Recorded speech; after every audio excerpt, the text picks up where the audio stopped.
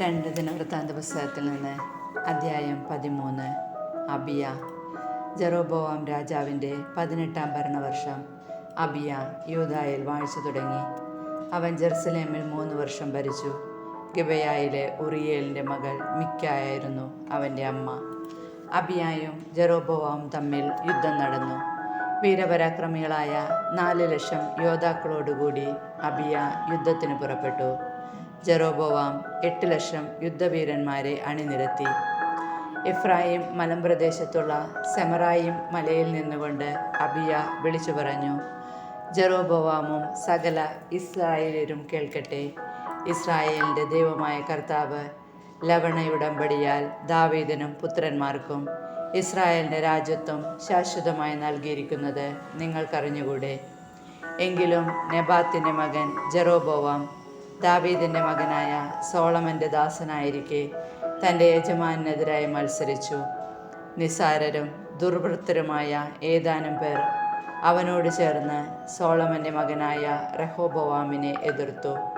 പ്രായവും പക്വതയും എത്താത്ത അവന് അവരെ ചെറുത്തു നിൽക്കാൻ സാധിച്ചില്ല. നിങ്ങൾക്ക് സംഖ്യാബലമുണ്ട്. ജെറോബോവാം ഉണ്ടാക്കിത്തന്ന പൊൻകാളക്കുട്ടികൾ ദൈവങ്ങളായുമുണ്ട്. തന്നിമിത്തം ദാവീദിൻ്റെ സന്തതിക്ക് നൽകിയിരിക്കുന്ന രാജത്വത്തോട് ചെറുത്തു നിൽക്കാമെന്ന് നിങ്ങൾ വിചാരിക്കുന്നുവോ?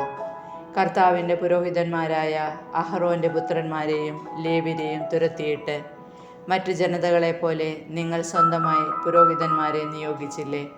തന്നെ പ്രതിഷ്ഠിക്കാൻ ഒരു കാളക്കുട്ടിയെയോ 7 മുട്ടാടുകളെയോ കൊണ്ടുവരുന്ന ഏവനും ദൈവമെന്ന് പറയപ്പെടുന്ന നിന്റെ ദേവന്മാർക്ക് പുരോഹിതനായിത്തീരുന്നു.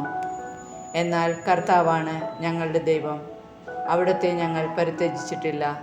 കർത്താവിന് ശുശ്രൂഷ ചെയ്യാൻ അഹ്റോൻ്റെ പുത്രന്മാരും അവരെ സഹായിക്കാൻ ലേവ്യരും ഞങ്ങൾക്കുണ്ട്.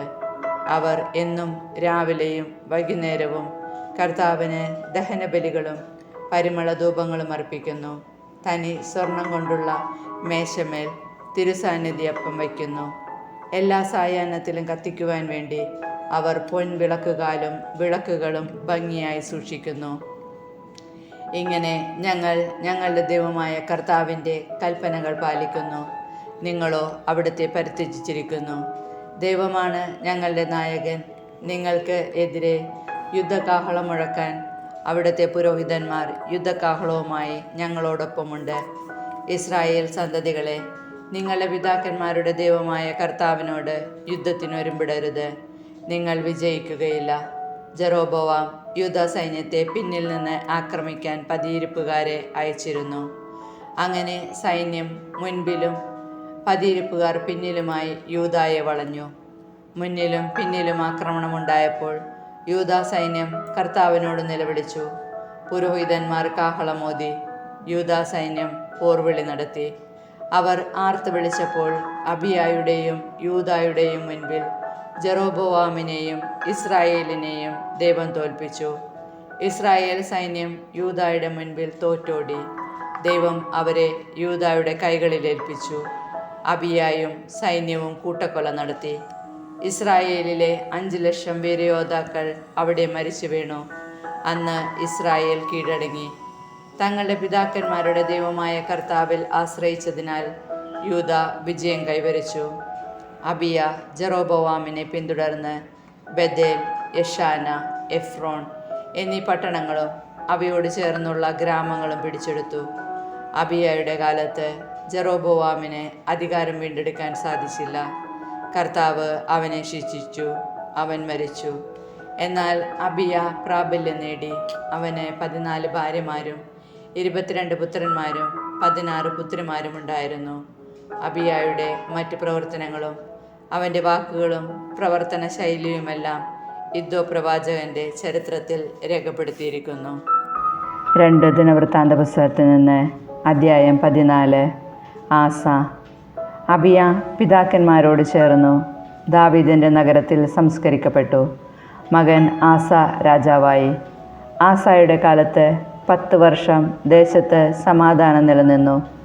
ആസ ദൈവമായ കർത്താവിൻ്റെ ദൃഷ്ടിയിൽ നീതിയും നന്മയും പ്രവർത്തിച്ചു.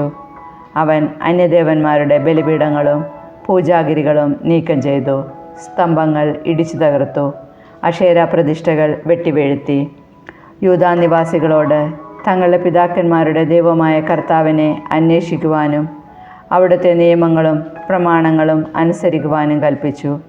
കൂടാതെ യൂദാ നഗരങ്ങളിൽ നിന്ന് പൂജാഗിരികളും ബലിപീഠങ്ങളും നീക്കം ചെയ്തു. അവൻ്റെ കാലത്ത് രാജ്യത്ത് സമാധാനം നിലനിന്നു. രാജ്യത്ത് സമാധാനമുണ്ടായിരുന്നതിനാൽ യൂദായിലെ പല നഗരങ്ങളും അവൻ ബലവത്താക്കി. കർത്താവ് സ്വസ്ഥത നൽകിയതിനാൽ ആ കാലത്ത് യുദ്ധം വേണ്ടി വന്നില്ല. അവൻ യൂദാ നിവാസികളോട് പറഞ്ഞു, നമുക്ക് ഈ പട്ടണങ്ങൾ പുതുക്കി പണിയാം. അവയെ മതിലുകളും ഗോപുരങ്ങളും വാതിലുകളും ഓടാമ്പലുകളും കൊണ്ട് സുരക്ഷിതമാക്കാം. നാം നമ്മുടെ ദൈവമായ കർത്താവിനെ അന്വേഷിക്കുന്നതിനാൽ ദേശം ഇപ്പോഴും നമ്മുടെ അധീനതയിൽ തന്നെ. നാം വിളിച്ചപേക്ഷിച്ചു, അതിർത്തികളിലെല്ലാം അവിടുന്ന് സമാധാനം നൽകിയിരിക്കുന്നു. അങ്ങനെ അവരെല്ലാം പണിത് ഭദ്രമാക്കി. ആസായ്ക്ക് യൂദായിൽ നിന്ന് കുന്തവും പരിചയും ധരിച്ച 3,00,000 പടയാളികളും ബെഞ്ചമിനിൽ നിന്ന് ചെറുപരിചയും വില്ലും ധരിച്ച് 2,80,000 പേരുമുണ്ടായിരുന്നു. ഇവരെല്ലാവരും ധീരയോദ്ധാക്കളായിരുന്നു. എത്യോപ്യനായ സേര 10,00,000 പടയാളികളും 300 രഥങ്ങളുമായി അവർക്കെതിരെ മരേഷ വരെ എത്തി. ആസ അവനെതിരെ പുറപ്പെട്ടു. ഇരുകൂട്ടരും മരേഷായിലെ സെഫാത്ത താഴ്വരയിൽ അണിനിരന്നു. അപ്പോൾ ആസ തൻ്റെ ദൈവമായ കർത്താവിനോട് നിലവിളിച്ചു, കർത്താവേ, ബലവാനെതിരെ ബലഹീനനെ സഹായിക്കാൻ അവിടുന്നല്ലാതെ മറ്റാരുമില്ല. ഞങ്ങളുടെ ദൈവമായ കർത്താവേ, ഞങ്ങൾ അങ്ങയെ ശരണം പ്രാപിക്കുന്നു. ഞങ്ങളെ സഹായിക്കണമേ. അവിടുത്തെ നാമത്തിലാണ് ഞങ്ങൾ ഈ വലിയ സൈന്യത്തിനെതിരെ വന്നിരിക്കുന്നത്. കർത്താവേ, അവിടുന്നാണ് ഞങ്ങളുടെ ദൈവം. അങ്ങേക്കെതിരെ മർത്യൻ പ്രബലനാകരുതേ. ആസായുടെയും യൂദായുടെയും മുൻപിൽ കർത്താവ് എത്യോപ്യരെ പരാജയപ്പെടുത്തി. അവർ തോറ്റോടി. ആസായും കൂട്ടരും ഗെരാർ വരെ അവരെ പിന്തുടർന്നു. ഒന്നൊഴിയാതെ എത്യോപ്യരെല്ലാവരും മരിച്ചു വീണു. അവർ കർത്താവിൻ്റെയും അവിടുത്തെ സൈന്യത്തിൻ്റെയും മുൻപിൽ തകർന്നു പോയിരുന്നു. അന്ന് യൂദാ സൈന്യം വലിയൊരു കൊള്ള നടത്തി. ഗെരാറിന് ചുറ്റുമുള്ള സകല പട്ടണങ്ങളും അവർ തകർത്തു. അവിടുത്തെ നിവാസികൾ കർത്താവിനെക്കുറിച്ചുള്ള ഭയം നിമിത്തം പരിഭ്രാന്തരായിരുന്നു. യൂദാ സൈന്യം അവ കൊള്ളയടിച്ചു. ധാരാളം വസ്തുക്കൾ കരസ്ഥമാക്കി. മൃഗശാലകൾ നശിപ്പിച്ചു. ധാരാളം ആടുകളെയും ഒട്ടകങ്ങളെയും കൈവശപ്പെടുത്തി. അവർ ജെറുസലേമിലേക്ക് മടങ്ങി. 2 ദിനവൃത്താന്ത പുസ്തകത്തിൽ നിന്ന് അധ്യായം 15. ദൈവത്തിൻ്റെ ആത്മാവ് ഒദേദിൻ്റെ മകൻ അസീറിയായുടെ മേൽ വന്നു. അവൻ ആസായുടെ അടുത്ത് ചെന്ന് പറഞ്ഞു, ആസാ രാജാവേ, യൂദ ബെഞ്ചമിൻ നിവാസികളെ കേൾക്കുവിൻ. നിങ്ങൾ കർത്താവിനോട് ചേർന്നിടക്കുന്നിടത്തോളം കാലം അവിടുന്ന് നിങ്ങളോട് കൂടെ ഉണ്ടായിരിക്കും. നിങ്ങൾ അവിടുത്തെ അന്വേഷിച്ചാൽ കണ്ടെത്തും. നിങ്ങൾ അവിടുത്തെ പരിത്യജിച്ചാൽ അവിടുന്ന് നിങ്ങളെയും പരിത്യജിക്കും. സത്യദൈവമോ പഠിപ്പിക്കാൻ പുരോഹിതനോ നിയമമോ ഇല്ലാതെ ഇസ്രായേൽ ദീർഘകാലം കഴിച്ചു. എന്നാൽ കഷ്ടതകൾ നേരിട്ടപ്പോൾ അവർ ഇസ്രായേലിൻ്റെ ദൈവമായ കർത്താവിങ്കലേക്ക് തിരിഞ്ഞു. അവർ അവിടുത്തെ അന്വേഷിച്ചു, കണ്ടെത്തി. അന്ന് സകല ദേശങ്ങളിലും അക്രമങ്ങളും കലാപങ്ങളും നടമാടിയിരുന്നതിനാൽ ആരും സുരക്ഷിതരായിരുന്നില്ല. ദൈവം സകലവിധ ദുരിതങ്ങളും അവരുടെ മേൽ വരുത്തിയതിനാൽ ജനത ജനതയ്ക്കെതിരായും നഗരം നഗരത്തിനെതിരായും യുദ്ധം ചെയ്ത് ഛിന്നഭിന്നമായി. നിങ്ങൾ ധീരന്മാരായിരിക്കുവിൻ. നിങ്ങളുടെ കൈകൾ തളരാതിരിക്കട്ടെ. നിങ്ങളുടെ പ്രവൃത്തികൾക്ക് പ്രതിഫലം ലഭിക്കും.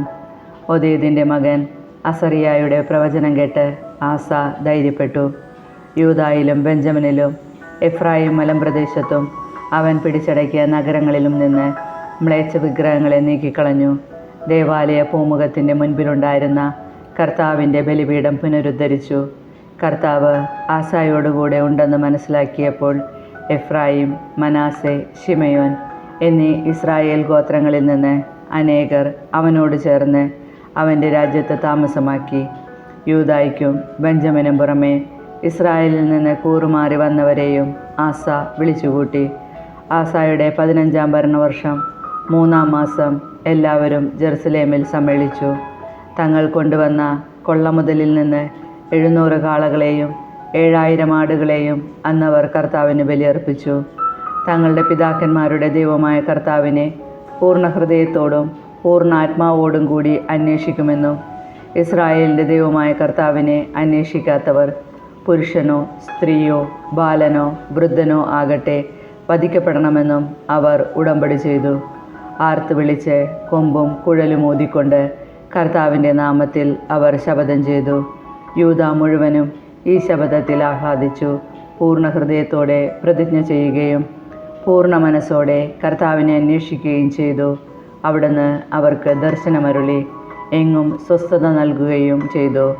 ആസാ രാജാവിൻ്റെ പിതാമഹി മാഹ്ഗ അക്ഷേരാദേവതയുടെ മ്ലേച്ഛ വിഗ്രഹമുണ്ടാക്കിയതിനാൽ അവളെ അമ്മ മഹാറാണി എന്ന സ്ഥാനത്ത് നിന്ന് മാറ്റി ആസ ആ വിഗ്രഹം വെട്ടിമുറിച്ച് കഷ്ണങ്ങളാക്കി കിദ്രോൺ തോടിനരികു വെച്ച് ചുട്ടുകളഞ്ഞു. പൂജാഗിരികൾ ഇസ്രായേലിൽ നിന്ന് നീക്കം ചെയ്തില്ലെങ്കിലും ജീവിതകാലം മുഴുവനും ആസ ഹൃദയവിശുദ്ധി പാലിച്ചു. തൻ്റെ പിതാവും താനും കാഴ്ചവെച്ച സ്വർണവും വെള്ളിയും പാത്രങ്ങളും അവൻ ദേവാലയത്തിലേക്ക് കൊണ്ടുവന്നു. അവൻ്റെ 35-ാം ഭരണവർഷം വരെ യുദ്ധമൊന്നും ഉണ്ടായില്ല. 2 ദിനവൃത്താന്ത പുസ്തകത്തിൽ നിന്ന് അദ്ധ്യായം 16. ആസായുടെ 36-ാം ഭരണവർഷം ഇസ്രായേൽ രാജാവായ ബാഷ യൂദായ്ക്കെതിരെ പുറപ്പെട്ടു. യൂദാ രാജാവായ ആസായുമായി ബന്ധമുണ്ടാകാതിരിക്കാൻ അവൻ റാമ നിർമ്മിച്ചു തുടങ്ങി.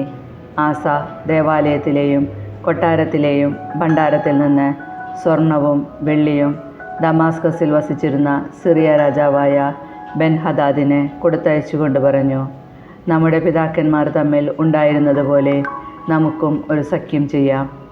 ഞാനിതാ സ്വർണവും വെള്ളിയും സമ്മാനമായി അയക്കുന്നു. ഇസ്രായേൽ രാജാവായ ബാഷ എൻ്റെ രാജ്യത്ത് നിന്ന് പിന്മാറുന്നതിന് അവനുമായുള്ള സഖ്യം വിച്ഛേദിക്കുക. ആസാ രാജാവിൻ്റെ അഭ്യർത്ഥന സ്വീകരിച്ച് ബെൻഹദാദ് സേനാധിപന്മാരെ ഇസ്രായേൽ നഗരങ്ങൾക്കെതിരെ അയച്ചു. അവർ ഇയോൻ, ദാൻ, ആബേൽമയീം എന്നിവയും നഫ്താലിയിലെ എല്ലാ സംഭരണ നഗരങ്ങളും പിടിച്ചടക്കി. ഇത് കേട്ടപ്പോൾ ബാഷ റാമായുടെ പണി നിർത്തിവെച്ചു. ആസാ രാജാവ് യൂദാ നിവാസികളെയെല്ലാം കൂട്ടി റാമ പണിയാൻ ബാഷ കൊണ്ടുവന്നു വച്ചിരുന്ന കല്ലും തടിയും എടുത്തുകൊണ്ടുപോയി. അവ കൊണ്ട് ഗേബയും മിസ്പായും പണിതു. ആ സമയത്ത് ഹനാനി ദീർഘദർശി യൂദാ രാജാവായ ആസായുടെ അടുത്ത് ചെന്ന് പറഞ്ഞു, നിന്റെ ദൈവമായ കർത്താവിൽ ആശ്രയിക്കാതെ സിറിയ രാജാവിനെ അഭയം തേടിയതിനാൽ സിറിയ രാജാവിൻ്റെ സൈന്യം നിന്റെ കയ്യിൽ നിന്ന് രക്ഷപ്പെട്ടു. അസംഖ്യം രഥങ്ങളും കുതിരപ്പടയാളികളും അടങ്ങിയ ഒരു വലിയ സൈന്യമല്ലേ എത്യോപ്യർക്കും ലിബിയർക്കും ഉണ്ടായിരുന്നത്. എന്നിട്ടും നീ കർത്താവിൽ ആശ്രയിച്ചതിനാൽ അവിടുന്ന് അവരെ നിന്റെ കയ്യിൽ ഏൽപ്പിച്ചു തന്നു. തൻ്റെ മുൻപിൽ നിഷ്കളങ്കരായി വർത്തിക്കുന്നവർക്ക് വേണ്ടി ശക്തി പ്രകടിപ്പിക്കുവാൻ കർത്താവിൻ്റെ ദൃഷ്ടികൾ ഭൂമിയിലുടനീളം പായുന്നു. എന്നാൽ നീ ചെയ്തത് ഭോഷത്വമാണ്. ഇനി യുദ്ധം നിന്നെ വിട്ടുമാറുകയില്ല. ആസ കോപിച്ച് ദീർഘദർശിയെ ചങ്ങലയാൽ ബന്ധിച്ച് കാരാഗൃഹത്തിലടച്ചു. കാരണം ഈ വാക്കുകൾ അവനെ പ്രകോപിപ്പിച്ചു. അന്ന് ആസ ജനത്തിൽ ചിലരെ ക്രൂരമായി പീഡിപ്പിച്ചു.